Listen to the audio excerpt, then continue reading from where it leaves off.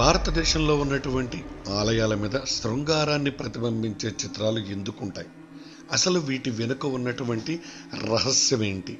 అదేవిధంగా ఆలయాలపై ఇలాంటి చిత్రాలను ఉంచడం వెనుకున్నటువంటి కారణం ఏంటి? అదేవిధంగా ఆలయాలను నిర్మించేటప్పుడు ధ్వజస్తంభాలను పెట్టేటప్పుడు పూర్వము రోజుల్లో ఎందుకు రాగి నాణాలను వేసేవారు? ఈ రాగి నాణాలు నాకు ఎక్కడ దొరికాయి? ఇలాంటి ఇంట్రెస్టింగ్ వీడియోస్ ఈ వీడియోలో ఉండబోతున్నాయి. అలాగే మా గ్రామంలో ఉన్నటువంటి 14వ దశాబ్దానికి చెందిన ఈ శిలాశాసనం ఏంటి, అసలు ఈ శిలాశాసనం మీద ఏమి రాసి ఉంది, మా గ్రామానికి ఈ శిలాశాసనానికి ఉన్న లింక్ ఏంటి, అలాగే మా గ్రామంలో ఉన్నటువంటి వేణుగోపాల స్వామి గుడిలో ఉన్న ఈ పంచలోహ గంటకున్నటువంటి విశేషం ఏంటి, ఈ వేణుగోపాల స్వామి టెంపుల్ ఎక్కడ ఉంది, అసలు దీన్ని ఎప్పుడు ప్రతిష్ఠించారు, ఇలాంటి ఎన్నో ఇంట్రెస్టింగ్ టాపిక్స్. అలాగే ఈ వేణుగోపాల స్వామి గుడిలో ధ్వజస్తంభాన్ని పునర్నిర్మించేటప్పుడు దొరికినటువంటి ఈ నాణాల వెనుక ఉన్నటువంటి రహస్యాలు, ఈ ఇతివృత్తం మొత్తం కూడా వీడియో అంతా చాలా క్లియర్గా ఎక్స్ప్లెయిన్ చేసి అయితే చూపించబోతున్నాను. వీడియోని ప్రతి ఒక్కరు సపోర్ట్ అయితే చేయండి, వీడియోని చివరి వరకు చూడడానికి ట్రై చేయండి. అలాగే మా గ్రామంలో ఉన్నటువంటి వేణుగోపాల స్వామి అంటే మదల గోపాల స్వామి టెంపుల్ గురించి, శివాలయం గురించి మరిన్ని విశేషాలు ఈ వీడియోలో. ముందుగా మనం మా గ్రామంలో అంటే మాది ఉమ్మడి పశ్చిమ గోదావరి జిల్లా, ప్రస్తుతం తూర్పుగోదావరి జిల్లాలో ఉన్నటువంటి యాదవులు అనే విలేజ్ అనమాట. మా విలేజ్లో ఉన్నటువంటి వేణుగోపాల స్వామి అదే మదన గోపాల స్వామి ఆలయంలో ఆలయ ధ్వజస్తంభ పునర్నిర్మాణంలో భాగంగా ధ్వజస్తంభాన్ని పాత ధ్వజస్తంభం విరిగిపోవడం వలన అది తీసివేసి కొత్త ధ్వజస్తంభాన్ని నిర్మించే ప్రక్రియలో భాగంగా ఆ ప్లేస్ అంతా ఉంటుంది కదా, అది తీసేసినప్పుడు అక్కడ మనకి అరబిక్ కాయిన్స్, అలాగే బ్రిటిష్ కాయిన్స్, దాంతోపాటు ఇండియాని రూల్ చేసినటువంటి ఫ్రెంచ్, డచ్, పోర్చుగీస్ ఈ కాలాల్లో ఉన్నటువంటి కాయిన్స్ కూడా మాకు చాలా కాయిన్స్ అయితే దొరికినాయి అనమాట. అది చూడండి, ఇవి అరబిక్ కాయిన్స్ అనమాట. ఆ లెటర్స్ కూడా మనకి అసలు ఏమాత్రం అర్థం కావు, మీరు చూడొచ్చు అనమాట. మీ అందరికీ చాలా క్లియర్గా చూపించాలని చెప్పి ఈ వీడియో అయితే ఎప్పటి నుంచో చేయాలి. యాక్చువల్గా ఈ వీడియో తీసి కూడా చాలా ఎక్కువ కాలం అయింది, బట్ ఏంటంటే సమ్ పర్సనల్ రీజన్స్ వల్ల అయితే కనుక కొంచెం ఈ వీడియో పెట్టడం అయితే లేట్ అయితే అవుతుంది. చూస్తున్నారు కదా, ఇదైతే కనుక అరబిక్, మన ఏవైతే ముస్లిం కంట్రీస్ ఉంటాయో, ముస్లిం రాజులు ఇండియాని రూల్ చేసినప్పుడు బిఫోర్ ఇండిపెండెన్స్ అనమాట. ఇవన్నీ కూడా బిఫోర్ ఇండిపెండెన్స్ ముద్రించినటువంటి నాణాలు. అలాగే ఇక్కడ కొన్ని నాణాల మీద మీరు చూడొచ్చు స్టార్ సింబల్ అంటే నక్షత్రం, స్టార్ ఆకారంలో ఉన్నటువంటి సింబల్స్. తర్వాత కొన్ని వాటి మీద ఇండియన్ గాడ్స్కి సంబంధించిన ప్రతిమలో ఉన్నటువంటి సింబల్స్. అలాగే మనం పావల, ₹1 మన చిన్నతనంలో చూసాం కదా, 90 కిడ్స్కి అయితే ఇవన్నీ అర్థమవుతాయి బాగా. అలాగే 1 అణ, 2 అణాలు, 3 అణాలు, 1 పైసా, 2 పైసలు, ఇలాంటి 90s కిడ్స్కి అలవాటు ఉన్నటువంటి నాణ్యాలు కూడా కొన్ని దొరికాయి. అంటే ప్రజెంట్ ఉన్న జనరేషన్లో ఉన్న వాళ్ళకి నాకు తెలిసి ₹1 కాయిన్ తప్ప చాలా తక్కువ మందికి పావలా గురించి, ₹1 గురించి, 20 పైసలు, 10 పైసలు, 5 పైసల నాణాల గురించి ఎవరికీ తెలియదు. కానీ 90 కిడ్స్ కంటే ముందు 80స్లో ఉన్న వాళ్ళకి ఇవన్నీ కూడా కొంచెం పరిచయం అనమాట. అలాగే ఇది చూస్తే కనుక British government like US dollar టైప్లో ఉన్నటువంటి బ్రిటిష్, అక్కడ మీరు చూస్తున్నారు కదా వైట్ హౌస్ సింబల్తో లైక్ అలా ఉన్నటువంటి నాణ్యం అనమాట. మీరు చాలా క్లియర్గా ఆ పిక్చర్ని, వైట్ హౌస్ టైప్ ఉన్నటువంటి ఆ పిక్చర్ని మనం ఇక్కడ మీరు చాలా క్లియర్గా అయితే చూడొచ్చు. ఇలాంటి ఎన్నో నాణ్యాలు అయితే కనుక ఈ ధ్వజస్తంభ పునర్నిర్మాణంలో భాగంగా అది తీసేస్తారు. ఎందుకంటే ధ్వజస్తంభాన్ని నిర్మించేటప్పుడు ఆ కింద నాణ్యాలు వేయడం అది అనేది అనాదిగా మన సనాతన ధర్మంలో, హిందూ సాంప్రదాయంలో వస్తున్నదే. ఈ నాణ్యాలు అంటే 1875, 65 ఆ టైం నుంచి కూడా ఉన్నటువంటి ఎన్నో నాణాలు అయితే మాకైతే ఇక్కడ దొరికినాయి. దాదాపుగా తక్కువ చెప్పాలంటే ఒక 300 నాణాల వరకు మాకు దొరికినాయి. అందులో కొంచెం బెటర్గా ఉన్న వాటిని, మంచిగా ఉన్న వాటిని, డేటు, అలాగే నాణాల మీద ఉన్నటువంటి పిక్చర్ కనపడే నాణాలు ఏవైతే ఉన్నాయో వాటిని మాత్రమే మేము మీకు చూపించడానికి కొన్ని అయితే కొంచెం పక్కకు తీసామన్నమాట. మిగతా ఇవన్నీ కూడా మళ్ళీ అప్పుడు ఆలయంలో ధ్వజస్తంభం నిర్మించేటప్పుడు అందులో దొరికిన నాణాలను పక్కకు తీసి మళ్ళీ కొత్త ధ్వజస్తంభం పెట్టే టైంలో వాటిని అందులోనే వేసేస్తారనమాట. అంటే మళ్ళీ ఆ భూమి అడుగునే వేసేస్తారు. అలాగే చాలా వరకు నాణ్యాలను అయితే మళ్ళీ అదే భూమి అడుగున వేసేసి మళ్ళీ యాజ్ ఇట్ ఈజ్గా దాన్ని క్లోజ్ చేసేసారు. అసలు ఈ టెంపుల్లో ఎంత పురాతన నాణ్యాలు ఉండడానికి గల కారణాలేంటి, ఇప్పుడు ఆ టాపిక్ అయితే నేను మీకు క్లియర్గా చెప్తాను.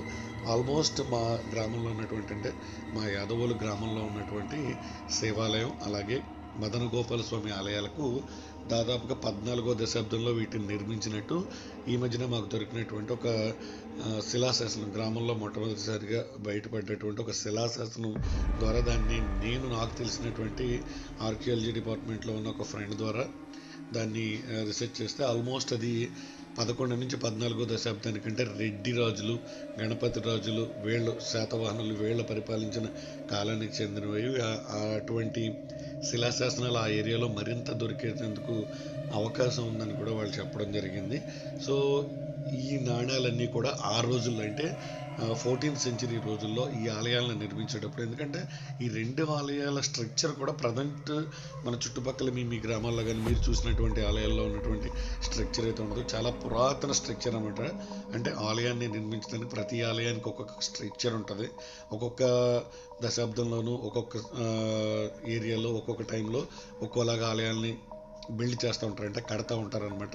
సో వీటిని శైలి కూడా రెండు ఒకలాగానే దగ్గరగా ఉంటాయి, కానీ డిఫరెంట్ అనమాట. ఒకటి శివాలయం, ఒకటి మదన గోపాల స్వామి ఆలయం. అలాగే మీరు ఇక్కడ ఉన్నటువంటి ఈ కాయిన్ చూడవచ్చు, ఒక యువరాణి ఫోటో ఉన్నట్టు 1897 అంటే ఈ కాయిన్ 1897లో పెట్టారంటే ఆ టైంలో దీన్ని ఇక్కడ ఉన్నటువంటి ఆ రోజుల్లో నిర్మించిన ధ్వజస్తంభం కింద అప్పుడు వేశారంటే 1897 అంటే వెంటనే వేస్తుంటారు కదా. 1900 వచ్చిన తర్వాత ఈ కాయిన్ వేసి ఉండొచ్చు. దాదాపుగా తక్కువ చూసుకుంటే 120 సంవత్సరాల పైమాట అయింది దీని భూమిలో వేసి. అంటే అప్పటి నుంచి ఇప్పటి వరకు కూడా చాలామంది జనరేషన్స్ చేంజ్ అవుతానే వచ్చినాయి. రాజులు పోయి, రాజరికాలు పోయి, ప్రజాస్వామ్య వ్యవస్థ వచ్చింది. తర్వాత కూడా మారుతూనే వస్తాయి కదా. కాలానుగుణంగా ఏంటంటే ధ్వజస్తంభం అనేది ఎప్పుడు ఏ టైంలో ఆ కర్రలో సేవ, అంటే పటుత్వం ఎంతవరకు ఉంటుందో అక్కడి వరకు బాగానే ఉంటుంది. ధ్వజస్తంభం పడిపోగానే దాన్ని పూర్తిగా తీసివేసి కొత్త ధ్వజస్తంభాన్ని వేయడం అనేది ప్రతి హిందూ ఆలయంలో ఉన్నటువంటి సాధారణమైన నియమే. అది మారుస్తూ ఉంటారనే విషయం ప్రతి ఒక్కరికి తెలిసింది. ఎందుకంటే మీ ఊళ్ళల్లో, మీ గ్రామాల్లో, మీ పట్టణాల్లో ఖచ్చితంగా ధ్వజస్తంభ పునర్నిర్మాణ కార్యక్రమాలు చాలా జరిగే ఉంటాయి. ఇది అందరికీ తెలిసిన విషయమే.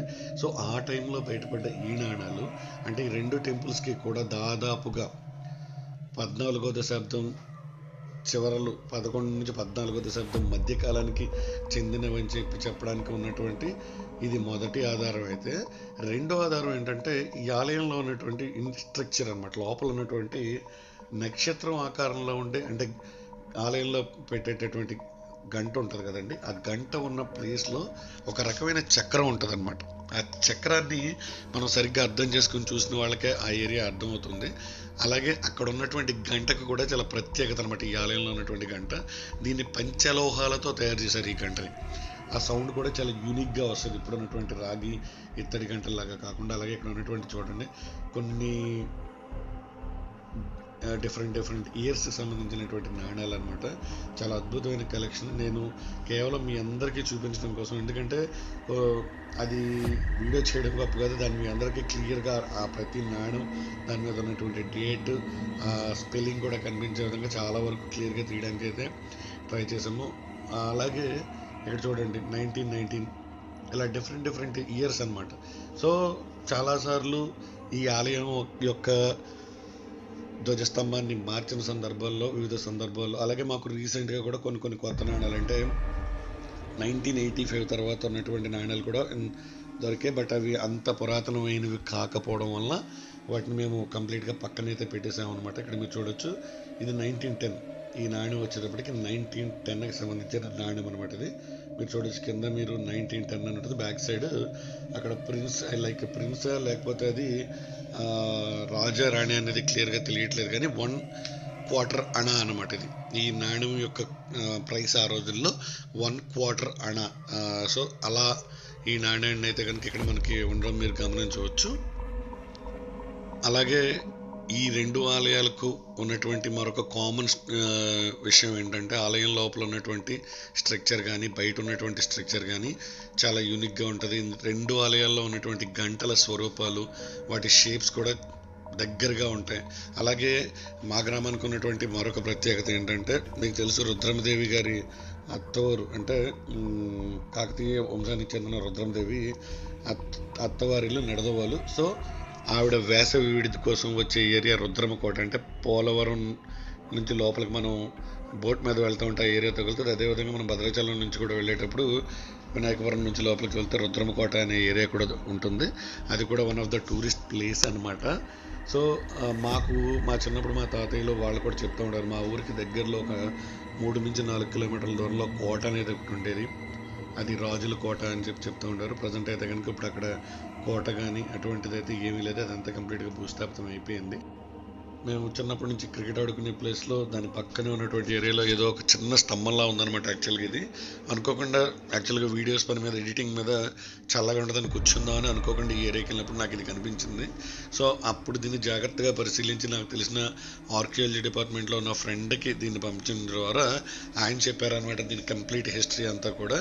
ఇది ఆల్మోస్ట్గా ఒక 4 నుంచి 5 అడుగులు ఎత్తుండి మా ఊరి శివాలయం దగ్గరలో ఉంటుంది అనమాట. ప్రజెంట్ ఇది అక్కడే ఉంది.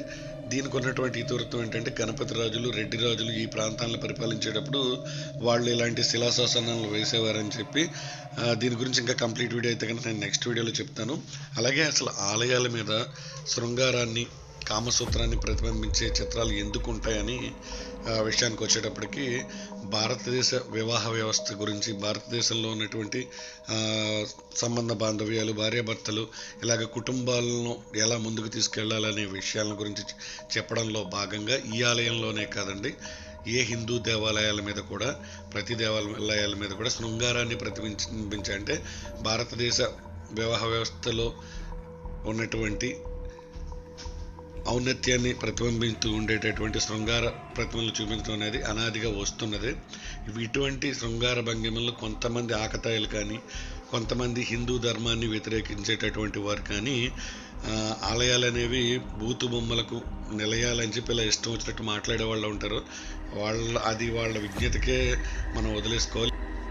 మా గ్రామంలో ఉన్నటువంటి ఎంత మిస్టీరియస్ టెంపుల్స్ ఉన్నాయన్న విషయం గ్రామంలో ఉన్నటువంటి గ్రామస్తులకు కూడా ఇప్పటివరకు చాలామందికి తెలియదు. ఈ వీడియో ద్వారా ఈ వీడియోని మరింత మందికి రీచ్ అవుతుందని అయితే నేనైతే అనుకుంటున్నాను. వీడియో చూస్తున్న ప్రతి ఒక్కరు, ఎస్పెషల్లీ ఈ 2 గోదావరి జిల్లాలకు చెందిన ప్రతి ఒక్కరు కూడా ఈ వీడియోని అయితే మీకు తెలిసిన బంధువులు, ఫ్రెండ్స్ ఉంటారు కదా, వాళ్ళకైతే షేర్ చేయడానికి అయితే ట్రై చేయండి. వీడియో ఎంత రీచ్ అయితే వెళ్తే ఇటువంటి విషయాలు అనేవి అంత ఎక్కువ మందికి తెలుస్తూ ఉంటాయి. నెక్స్ట్ వచ్చే వీడియోలో మా ఊర్లో ఉన్నటువంటి మరొక ఇంట్రెస్టింగ్ టెంపుల్ గురించి, ఇక్కడ నైట్ టైం జరిగేటటువంటి మిరాకిల్స్ గురించి అయితే కనుక ఇంకా కొంచెం ఇంట్రెస్టింగ్గా అయితే వీడియో ఉండబోతుంది. ఛానల్ని సబ్స్క్రైబ్ చేసుకోవడం మర్చిపోవద్దు. వీడియో నచ్చితే లైక్ చేయండి.